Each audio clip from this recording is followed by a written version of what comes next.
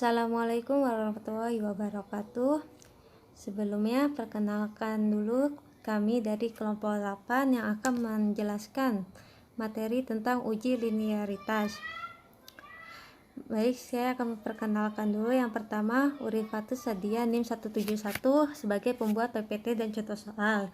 Yang kedua, Siti Kutiba Maghfirah NIM 174 pemateri 1 yang menjelaskan pengantar mengenai apa itu uji linearitas. Yang ketiga, Ainun Yakin NIM 177 sebagai pemateri 2 yaitu menjelaskan langkah-langkah uji linearitas dengan program SPSS. Yang keempat, Septian Dwi Nur Rahman NIM 158 sebagai pemateri 3 yaitu penjelasan hasil output dari uji linearitas. Yang terakhir, Muhammad Syakin Hasin NIM 189 yaitu sebagai editor video. Oke, lanjut aja kita ke materinya. Apa sih uji linearitas itu? Secara umum, uji linearitas itu bertujuan untuk mengetahui apakah dua variabel mempunyai hubungan yang linear secara signifikan atau tidak. Nah, korelasi yang baik seharusnya terdapat hubungan yang linear antara variabel prediktor atau independen X dengan variabel kriterium atau dependen Y. Dalam beberapa referensi dinyatakan bahwa uji linearitas ini merupakan syarat atau asumsi sebelum dilakukannya analisis regresi linear. Oke, contoh sederhana hubungan linear. Misalnya, seorang sarjana pendidikan matematika menjadi guru matematika di sekolah tertentu. Maka, hubungan antara keilmuan sarjana pendidikan matematika dengan menjadi guru matematika adalah linear. Sementara jika sarjana pendidikan matematika tersebut menjadi guru bahasa Inggris di sekolah, maka hubungan yang terbentuk adalah tidak linear. Dasar-dasar pengambilan keputusan dalam uji linearitas. Yang pertama, suatu uji atau analisis yang dilakukan dalam penelitian harus berpedoman pada dasar pengambilan keputusan yang jelas. Dasar pengambilan keputusan dalam uji linearitas dapat dilakukan dengan dua cara, yaitu satu, membandingkan nilai signifikan sig dengan 0,05. Yang pertama, jika nilai deviation from linearity signya lebih dari 0,05, maka ada hubungan yang linear secara signifikan antara variabel independen dengan variabel dependen. Yang kedua, jika nilai deviation from linearity signya kurang dari 0,05, maka tidak ada hubungan yang linear secara signifikan antara variabel independen dengan variabel dependen. Yang kedua, membandingkan nilai F hitung dengan F tabel. Yang pertama, jika nilai F hitung kurang dari F tabel, maka ada hubungan yang linear secara signifikan antara variabel independen dengan variabel dependen. Yang kedua, jika nilai F hitung lebih dari F tabel, maka tidak ada hubungan yang linear secara signifikan antara variabel independen dengan variabel dependen. Contoh praktek uji linearitas dalam penelitian. Setelah mengetahui konsep dasar uji linearitas, maka selanjutnya kita akan mempraktekkan cara melakukan uji linearitas dengan program SPSS. Data yang kita gunakan adalah data variabel motivasi belajar, bisa disebut dengan X, dan variabel prestasi belajar bisa disebut dengan Y. Dengan banyaknya sampel atau N sama dengan 12 dari kedua variabel yang ada, kita hendak melakukan uji linearitas untuk mengetahui apakah ada hubungan yang linear secara signifikan antara motivasi belajar dengan prestasi belajar. Adapun rincian datanya dilihat pada gambar tabel di bawah ini. Baik, selanjutnya akan dilanjutkan dengan pemateri kedua dengan menggunakan program SPSS. Untuk penyaji kedua, saya persilakan. Assalamualaikum warahmatullahi wabarakatuh. Perkenalkan, nama saya Ainun Yakin, NIM 170 kelas 4E. Di sini saya akan menerangkan bagaimana langkah-langkah uji linearitas dengan program SPSS. Langkah yang pertama yaitu buka program SPSS, lalu klik variabel view. Kita klik terlebih dahulu. Selanjutnya pada bagian name tulis saja motivasi dan prestasi. Di kolom pertama kita tulis motivasi. Sebelumnya, mohon maaf karena keyboard saya ada yang kurang bisa, jadi saya menggunakan on-screen keyboard.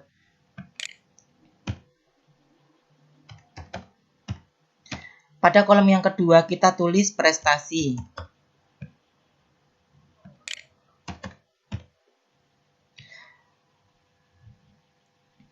Pada desimal, ubah semua menjadi angka 0. Nah, di sini sebelumnya angka desimal yaitu 2, kita ubah ke angka yang 0. Pada bagian label, tuliskan motivasi belajar, dan di kolom yang kedua kita tulis prestasi belajar. Di yang label ini, kita tulis motivasi belajar.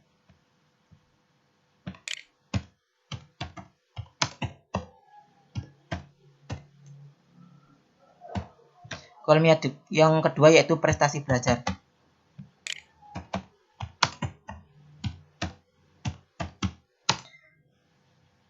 Selanjutnya, pada measure, ubah ke scale.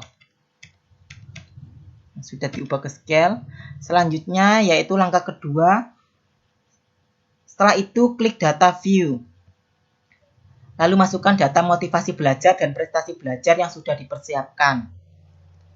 Pada angka pertama, kita masukkan 75. Di kolom 2, 60. 65. 75, 65, 80,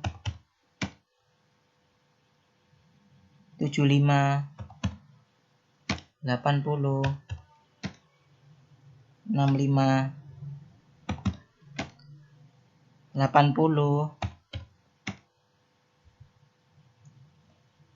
60, dan 67. Kita isi yang kolom prestasi 80, 75, 75, 90, 85, 85 lagi,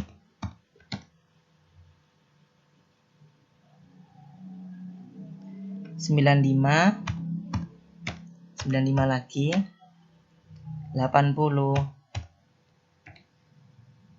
90, 75, dan 75 lagi. Setelah itu, kita langkah yang ketiga yaitu dari menu utama SPSS pilih analis. Yang ini kita klik, lalu klik compare means. Yang ini. Setelah itu klik yang means. Langkah yang keempat yaitu muncul kotak dengan nama means, kemudian masukkan variabel motivasi belajar ke kotak independent list dan variabel prestasi belajar ke kotak dependent list.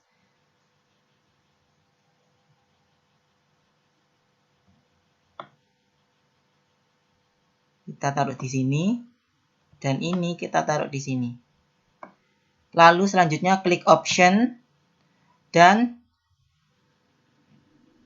selanjutnya klik option pada bagian statistik for first layer. Ini pilih test of linear. Yang ini test of linear kita klik. Kemudian klik continue yang ini. Selanjutnya, langkah terakhir adalah klik OK untuk mengakhiri perintah, maka akan muncul output SPSS. Dalam hal ini, kita cukup memperhatikan pada tabel output ANOVA table. Nah, ini. Nah, ini ANOVA tabelnya.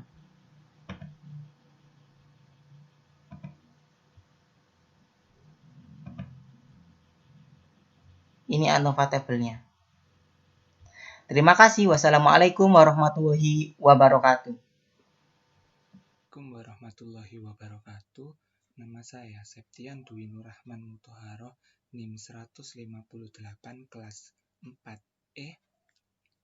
Saya di sini akan membahas dan menginterpretasikan gambaran bagaimana hubungan antara variabel X dan variabel Y pada uji linearitas, di mana variabel X di sini yakni motivasi belajar siswa dan variabel Y di sini yakni prestasi belajar siswa.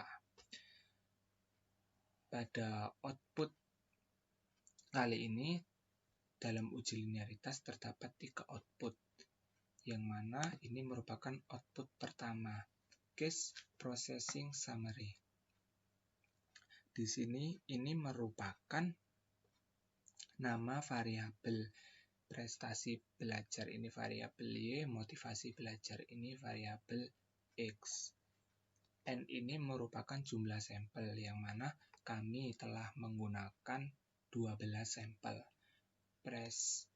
Persen ini kami telah memasukkan 100% ini kami telah memasukkan semua sampel. Jadi 12 sampel yang kami ambil telah kami masukkan semua ke dalam SPSS ini. Selanjutnya report. Report ini merupakan output yang kedua, yang mana output yang kedua ini merupakan output deskripsi bagian statistik deskriptif dalam uji linearitas. Yang terakhir yakni output ketiga. Output ketiga ini merupakan ANOVA tabel, di mana ANOVA tabel ini merupakan output yang paling penting karena menjadi titik di mana kita dapat melihat nilai signifikansi pada tabel ini ada hubungan atau tidak antara variabel X dengan variabel Y. Di sini kita lihat bagaimana cara mengetahui ada hubungan tidak antara variabel X dengan Y. Hubungan linear maksudnya. Di sini dilihat dari tabel signifikansi pada deviation from linearity, yang mana pada outputnya menghasilkan 0,721. Dan pada dasar pengambilan keputusan pada uji linearitas ini dikatakan jika nilai signifikansi deviation from linearity lebih besar daripada 0,05, maka dapat dikatakan bahwa hubungan antara variabel X dengan Y terdapat hubungan yang linier. Jika hasil signifikansi dari deviation from linear ini kurang dari 0,05, maka tidak ada hubungan antara variabel yang linier antara variabel X dengan variabel Y. Dan di sini diketahui bahwa 0,721 ini merupakan nilai atau hasil yang lebih besar dari 0,05. Berdasarkan hasil uji linearitas yang telah kami lakukan ini, pada signifikansi deviation from linear ini menghasilkan 0,721, yakni lebih besar dari 0,05, maka dapat disimpulkan bahwa terdapat hubungan yang linier antara variabel X dengan variabel Y, yakni terdapat hubungan yang linier antara motivasi belajar siswa dengan prestasi belajar siswa. Sekian yang dapat kami sampaikan. Terima kasih. Kurang lebihnya saya mohon maaf. Wassalamualaikum warahmatullahi wabarakatuh.